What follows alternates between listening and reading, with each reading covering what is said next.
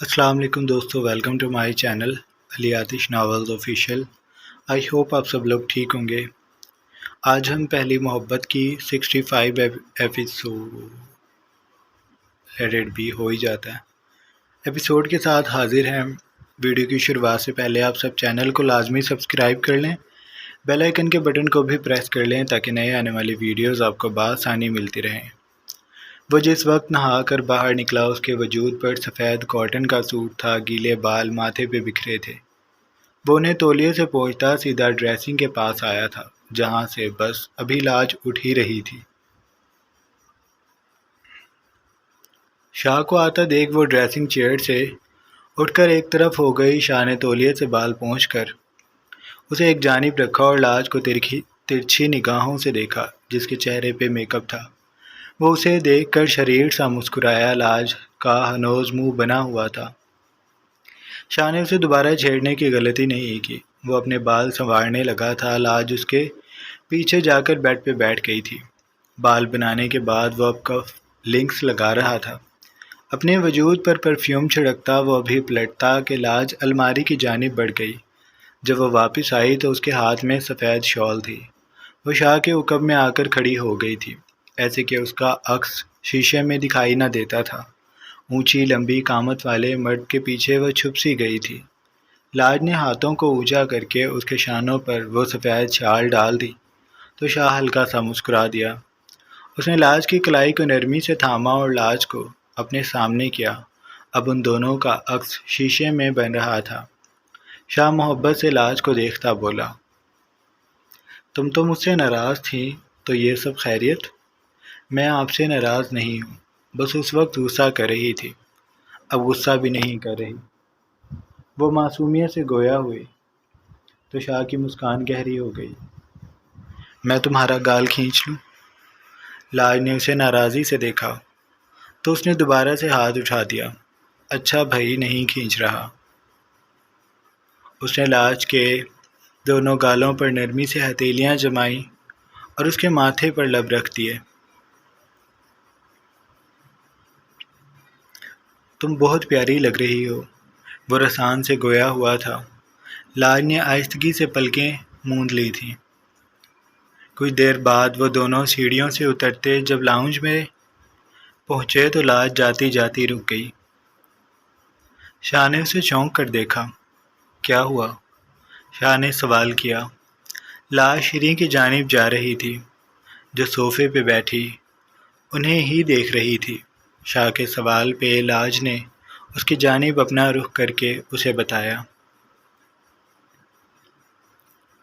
مجھے شیریں آپی نے کہا تھا کہ ٹریٹ کے پیسے وہ دیں گی۔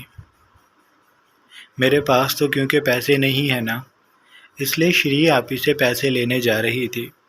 شاہ کا دل کیا وہ اپنا سر پیٹ لے۔ اس نے لاج کو گھورا اور دانت کچکچا کر بولا، چلو میں مذاق کر رہا تھا، نہیں لینے پیسے، میں لے دوں گا سب کچھ۔ لاج کے کاندھوں سے بہت سا وزن ہٹ گیا۔ اس نے تشکر سے شاہ کو دیکھا۔ آپ بہت اچھے ہیں شاہ، اور تم بالکل اچھی نہیں ہو، چلو میرے ساتھ۔ اس نے لاج کی کلائی دوبارہ سے تھام لی تھی۔ شیریں شاید سب کچھ سمجھ گئی تھی، اس لیے مدھم سا مسکرا کر سر جھٹک کر رہ گئی۔ وہ دوبارہ ٹی وی کی جانب متوجہ ہو گئی تھی، جس پہ ہلکی آواز سے ڈرامہ چل رہا تھا۔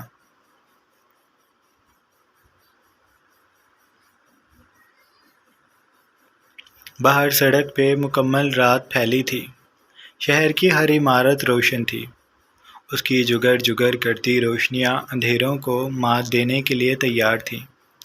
کونوں میں کھڑا سیاہی آنکھیں چپکتی اس گاڑی کو دیکھ رہی تھی جو سڑک پہ دوڑے جا رہی تھی۔ شاہ لاج کو سب سے پہلے ہسپتال لے کر گیا تھا۔ وہاں لاج کا اچھے سے ایک بار پھر چیک اپ ہوا۔ ڈاکٹر اب کی بار لاج کی طرف سے کچھ مطمئن دکھائی دیتا تھا۔ اس نے شاہ کو کہا، ان کی طبیعت کافی بہتر ہے، لیکن آپ لوگ احتیاط کرتے رہیے گا۔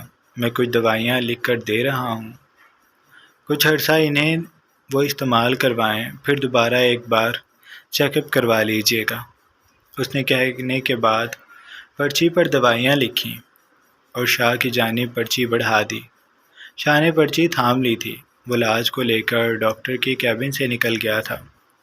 لاج کی خوشی کا کوئی ٹھکانہ نہیں تھا۔ میں ٹھیک ہوں شاہ۔ وہ جب پارکنگ میں شاہ کے ساتھ آئی تو شاہ کے سینے سے لگ گئی۔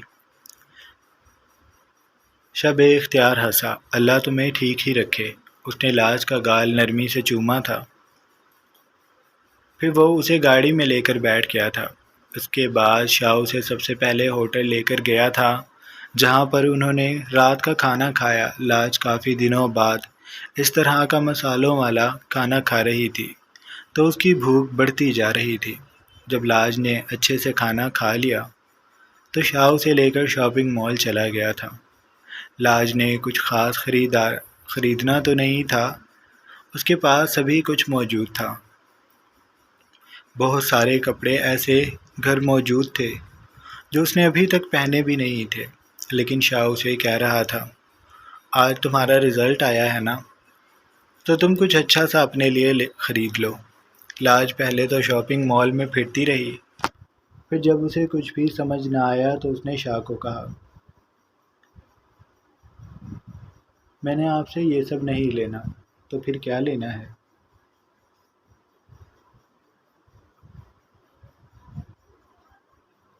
شاہ نے سوال کیا تو لاج کے چہرے پر مسٹری مسکان پھیل گئی۔ شاہ کا نہ جانے کیوں دل سا ڈوبا تھا۔ اب ضرور لاج کے دماغ میں کچھ بہت اچھا آیا ہوگا جسے وہ پورا نہیں کر پائے گا اور ان دونوں کی پھر سے لڑائی ہو جائے گی۔ واپسی پہ وہ پورے راستے لاج سے پوچھتا رہا تھا کہ اس نے آخر کار لینا کیا ہے، لیکن لاج اسے کہتی رہی گھر جا کر بتاؤں گی۔ انہوں نے باقی گھر والوں کے لیے آئس کریم لی تھی۔ یہ لاج کے رزلٹ آنے کی خوشی میں لاج کی طرف سے تھی، لیکن پیسے شاہ نے پے کیے تھے۔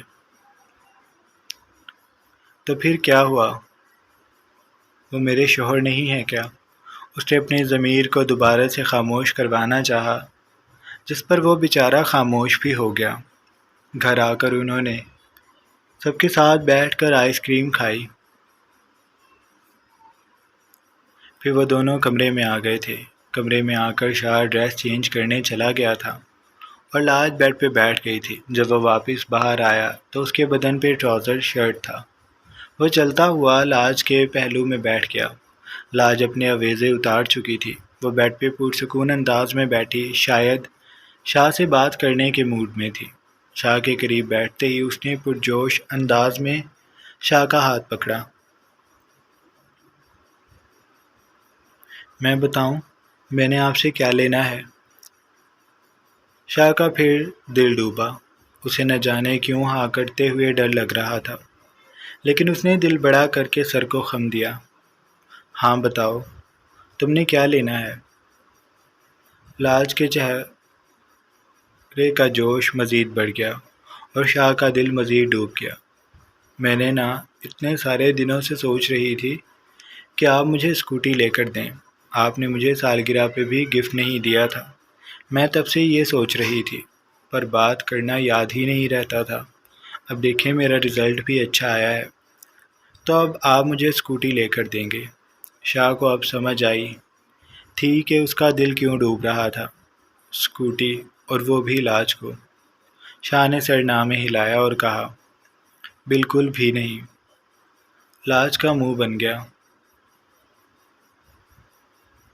کیوں بھائی، میں تو لوں گی۔ شاہ نے اسے سمجھانا چاہا دیکھو لاج، اچھی بات نہیں ہوتی ایسے اسکوٹی لینا، تمہیں چلانی بھی نہیں آتی، اور ہمارے پاس تو گاڑی ہے، اور میں بھی تو ہوں۔ تم نے کہیں بھی جانا ہوتا ہے تو مجھے بتا دیتی ہو اور میں تمہیں لے جاتا ہوں۔ وہ ایسے بولا تھا جیسے کوئی مسئلہ ہی نہیں ہے، لیکن لاج نے تیزی سے سرنامے ہلایا۔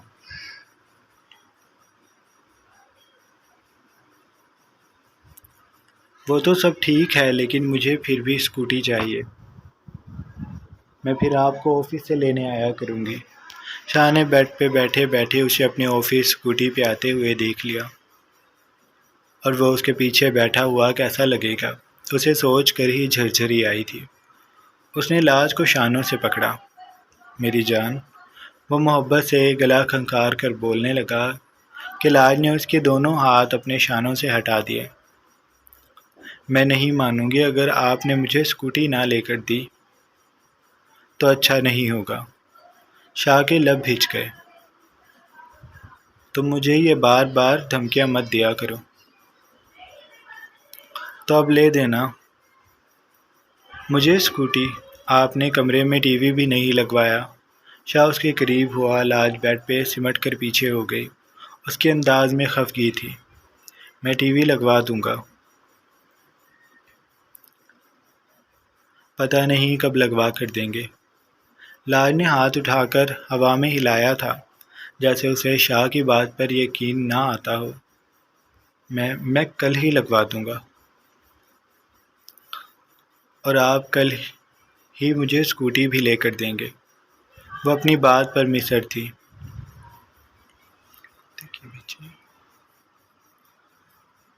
یہ ضد لاج فالتو ہے، میں یہ نہیں مانوں گا۔ تمہیں کچھ ہو گیا تو سڑک پر رش دیکھا ہے تم نے کتنا ہوتا ہے، اور تم پھر اسکوٹی لے کر سڑک پر جاؤ گے۔ کوئی حادثہ ہو گیا تو؟ لاج نے اس کا ہاتھ پکڑا اور اعتماد سے بولی، ایسا کچھ نہیں ہوگا۔ آپ ہر ڈر اپنے دل سے نکال دیں۔ مجھ پر یقین رکھیں، میری قابلیت پر یقین رکھیں۔ شاہ کو سمجھ نہیں آ رہا تھا کہ لاج کو کیسے سمجھائے۔ ہم نہ اس بارے میں بعد میں بات کریں گے، ابھی نہ میرا خیال ہے کہ تمہیں لیٹ جانا چاہیے۔ مجھے ایسے لگ رہا ہے تمہیں نیند آ رہی ہے۔ اس نے کیا کچھ سوچا تھا اس رات کو لے کر، لیکن اب لاج کی ضد نے اسے مجبور کر دیا تھا کہ وہ لاج کو سلا دے۔ بھئی میں نہیں سو رہی، اور نہ ہی مجھے نیند آ رہی ہے۔ آپ مجھے بتائیں کہ آپ مجھے اسکوٹی لے کر دیں گے یا نہیں؟ بالکل بھی نہیں، آج بھی نہیں اور کل بھی نہیں۔ اب اگر میں نے تمہارے منہ سے یہ بات سن لی تو تمہارے لیے اچھا نہیں ہوگا۔ اس نے جیسے وارن کیا تھا۔ لاج کا دل بری طرح سے ٹوٹ گیا۔ اس نے رونی سی صورت بنا کر شاہ کو دیکھا اور پھر گھٹنے سمیٹ کر ان کے گرد بازو لپیٹتی وہ بیڈ کراؤن سے کمر ٹکا کر رخ کھڑکی کی جانب کر کے بیٹھ گئی۔ شاہ کچھ دیر اسے دیکھتا رہا، پھر اس نے گہرا سانس لیا اور وہ لاج کے قریب ہوا۔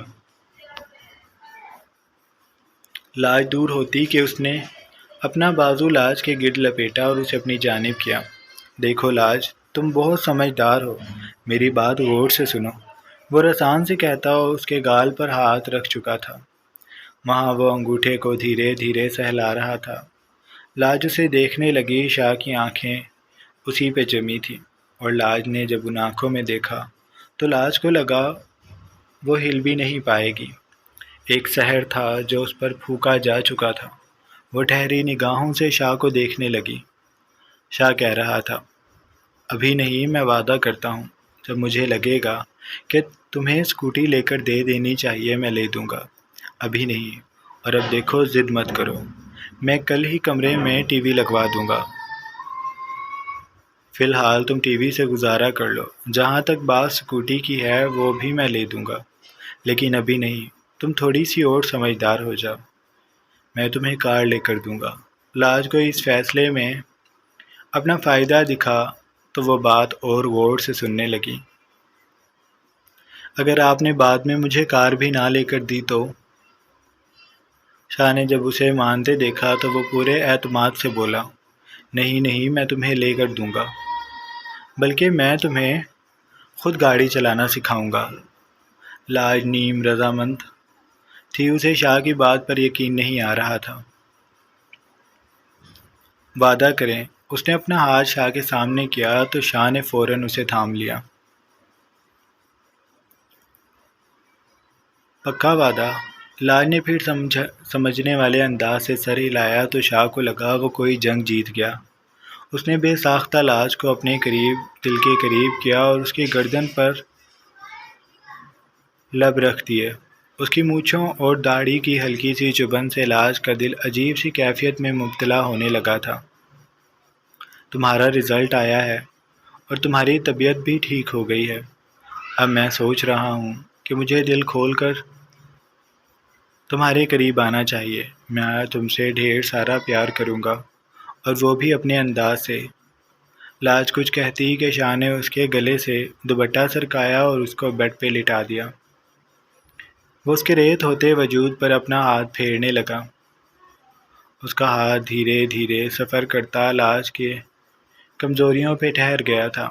وہ وہاں انگلیوں سے دستک دے رہا تھا۔ لاج کی سانسیں بھاری ہونے لگیں۔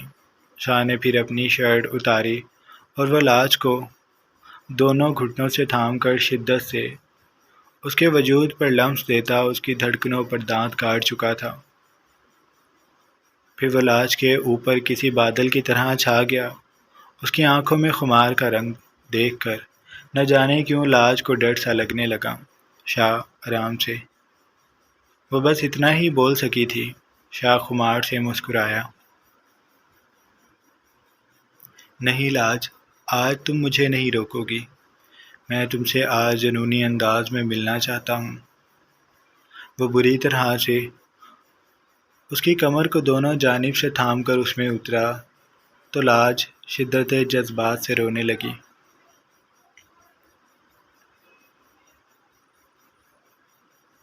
اگلی صبح جب وہ اٹھا تو اس نے اپنے پہلو میں لیٹی ہاری بکھری لڑکی کو خود میں دوبارہ سمیٹ لیا۔ وہ اس کے وجود پر پھر دوبارہ سے نرمی سے لبوں کا لمس دینے لگا تھا۔ لاج کی آنکھیں دھیرے دھیرے کھل گئیں۔ اس نے شاہ کو اٹھا دیکھا تو نرمی سے مسکرا دی۔ وہ اس کی گردن میں چہرہ چھپاتی اس کے اوپر آ گئی تھی۔ مجھے ابھی سونا ہے۔ وہ کافی تھک چکی تھی، اس لیے سونے کی ضد کر رہی تھی۔ شاہ اپنا ناک اس کی گردن پر رگڑ رہا تھا۔ ٹھیک ہے، تم سو جاؤ، مجھے آفس جانا ہے، میں تیار ہونے جا رہا ہوں۔ وہ کہہ کر لاج سے دور ہوا اور اٹھ کر واش روم کی جانب چلا گیا۔ لاج دوبارہ سے کمبل چہرے تک اوڑھ کر سو گئی تھی۔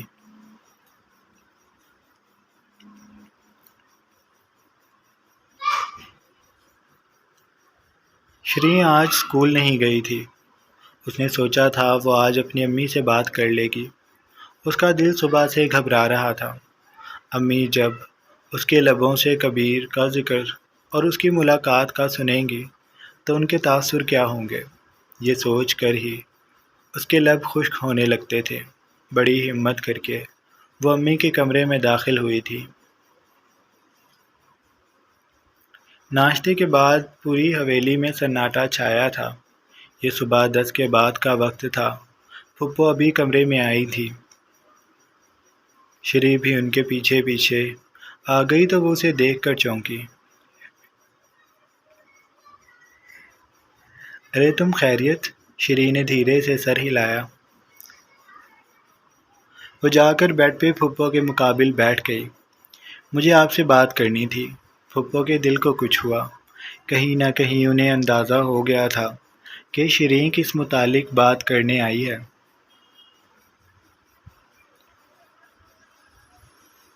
ہاں کرو، میں سن رہی ہوں۔ شیریں اپنی انگلیوں کو چٹکا رہی تھی۔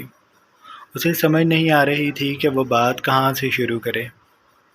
کافی دیر تک وہ کچھ بھی نہ بول سکی۔ پھر اس نے ہمت کر کے گہرا سانس بھرا اور دھیرے دھیرے ساری کہانی اپنی امی کو بتانے لگی۔ پھپھو نے حیران ہونے کی کوشش کی۔ کاش کہ وہ جلدی نہ کرتی تو آج شیریں انہیں بتا ہی دیتی۔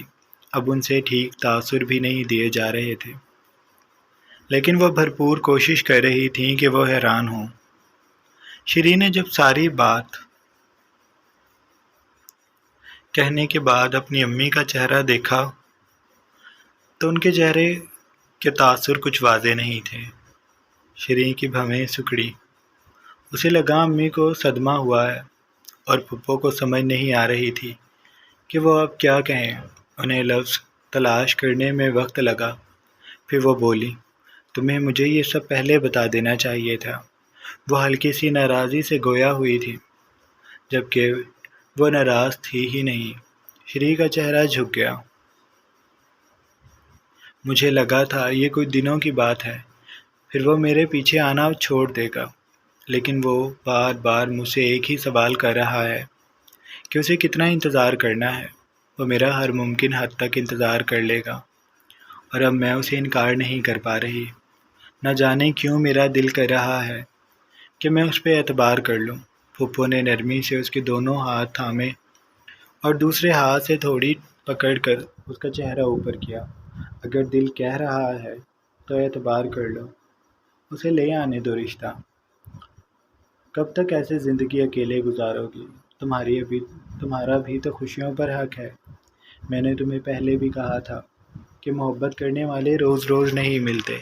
ایک تجربہ برا ہوا تو اس کا مطلب یہ تو نہیں ہے کہ اب ہر بار تمہیں رسوائی ملے گی۔ ایسا نہیں ہوتا شری۔ وہ اسے سمجھانے لگی تھی۔ شری خاموشی سے انہیں سنتی رہی۔ پھر اس نے مدھم آواز میں کہا، مجھے ڈر لگتا ہے کبھی کل کو اس نے بھی مجھے چھوڑ دیا تو۔ مجھے بہت خوف آتا ہے اب چھوڑ دینے والوں سے۔ میں اگر اس کی عادی ہو گئی اور اس نے اپنا پہلو مجھ سے چھڑوانا چاہا تو میرا کیا ہوگا؟ پھپھو کا دل کیا وہ اس کے لبوں پر ہاتھ رکھ دیں۔ ایسی باتیں نہیں کرتے شری، اچھا بولتے ہیں۔ تم اپنے دل سے یہ وہم نکال دو۔ شری اداسی سے مسکرائی۔ میں بہت کوشش کر رہی ہوں، لیکن پھر بھی جب میں اس شخص سے مل کر واپس آتی ہوں اور میرا دل کرتا ہے کہ میں اس پر اعتبار کر لوں، تو میرے اندر سے وہی آوازیں اٹھنے لگتی ہیں۔ وہ مجھے کہتی ہیں کہ ایک دن یہ بھی تمہیں چھوڑ دے گا۔ پھپھو نے اب کی بار اس کے لبوں پہ ہاتھ رکھ دیا۔ ایسا نہیں ہوگا۔ تم اگر اس پر اعتبار کرنا چاہ رہی ہو تو مکمل کرو۔ ایسا ٹوٹا بکھرا کرو گی تو زندگی میں مشکلات آئیں گی۔ تم ابھی خود ہی بتا رہی تھی کہ وہ کیسے تمہاری منتیں کرتا ہے، تمہارے لیے نہ جانے کہاں کہاں سے واپس آتا ہے۔ اتنا کوئی تبھی کسی کے لیے کرتا ہے جب وہ سچی محبت دل میں رکھتا ہو۔ تم اس کی محبت پر یقین رکھو شری، اور اسے اپنا لو۔ شری اس بات پر خاموشی سے بس اپنی امی کا چہرہ دیکھتی رہی۔ اس کے پاس کوئی جواب نہیں تھا۔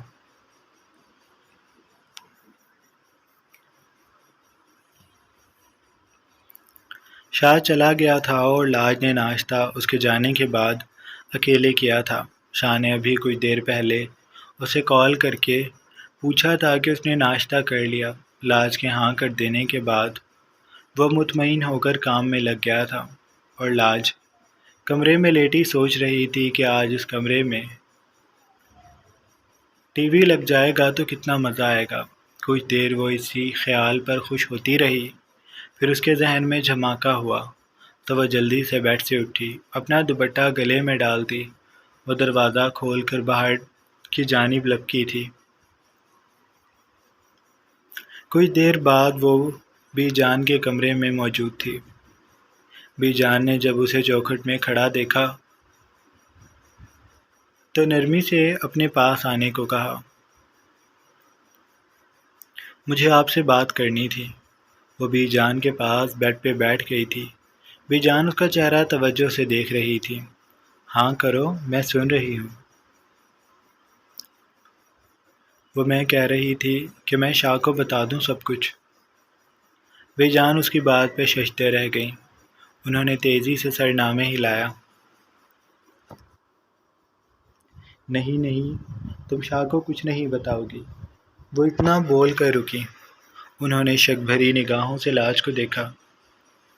کہیں تم نے بتا تو نہیں دیا اور اب تم بس مجھے تسلی دینے کے لیے پوچھنے آئی ہو؟ انہیں لاج سے ایک دم سے ہی خوف آنے لگا تھا۔ لاج نے سر نفی میں ہلایا۔ نہیں، میں نے ابھی انہیں نہیں بتایا۔ میں پہلے آپ سے بات کرنا چاہتی تھی۔ قسم کھاؤ شاہ کی۔ بی جان کو اب اس کی بات پر یقین نہیں آ رہا تھا۔ لاج نے انہیں حیرت سے دیکھا۔ لو بھلا، میں کیوں جھوٹ بول رہی ہوں؟ میں کوئی جھوٹ بول رہی ہوں؟ معصومیت سے وہ بولی تھی۔ تبھی بی جان کو احساس ہوا کہ انہیں اس طرح سے لاج کے سامنے نہیں بولنا چاہیے۔ ان کا دل تو نہیں تھا لیکن وہ مان گئی۔ اچھا، میں نے مان لیا کہ تم نے شاہ کو کچھ نہیں بتایا۔ اب مجھے یہ بتاؤ، تم شاہ کو بتانا ہی کیوں چاہتی ہو؟ لاج نے وقت ضائع کیے بغیر بی جان کو ساری بات بتا دی تو بی جان کو جیسے آگ ہی لگ گئی۔ وہ ایسے ہی بکواس کرتی ہے، تم اس کی باتوں پر توجہ نہ دو۔ لاج کو شری کے بارے میں بی جان کا اس طرح سے کہنا برا لگا۔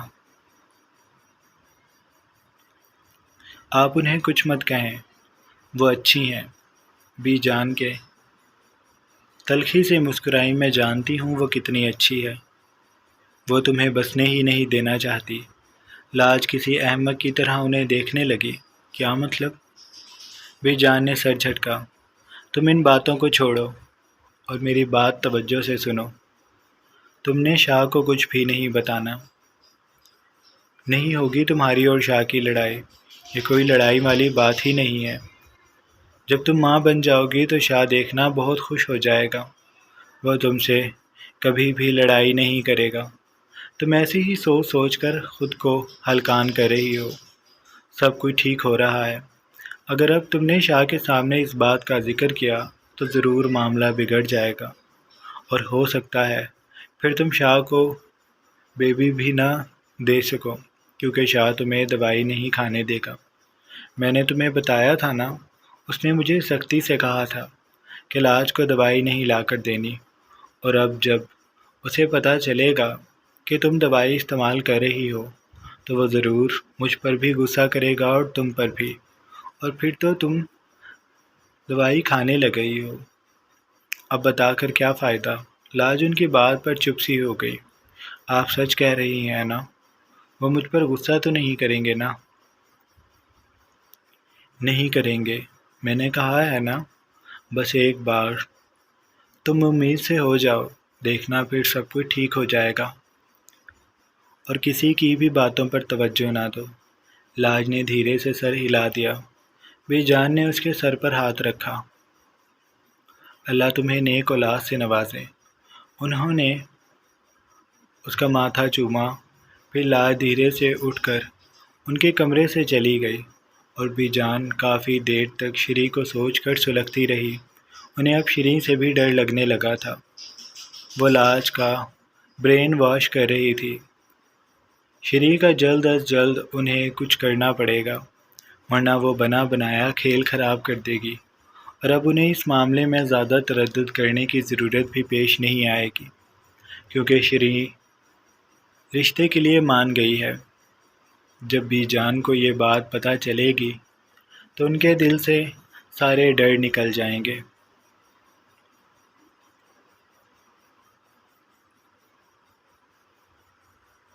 جاری ہے۔ جناب، یہ تھی ہماری آج کی قسط۔ آئی ہوپ آپ کو اچھی لگی ہوگی۔ اگر آپ کو قسط اچھی لگی ہے تو آپ چینل کو لازمی سبسکرائب کر لیں، بیل آئیکن کے بٹن کو بھی پریس کر لیں تاکہ نئے آنے والی ویڈیوز آپ کو بآسانی ملتی رہیں۔ اپنا ڈھیر سارا خیال رکھیے گا۔ بہت جلد ایک نئی قسط کے ساتھ حاضر ہوں گے۔ اللہ حافظ۔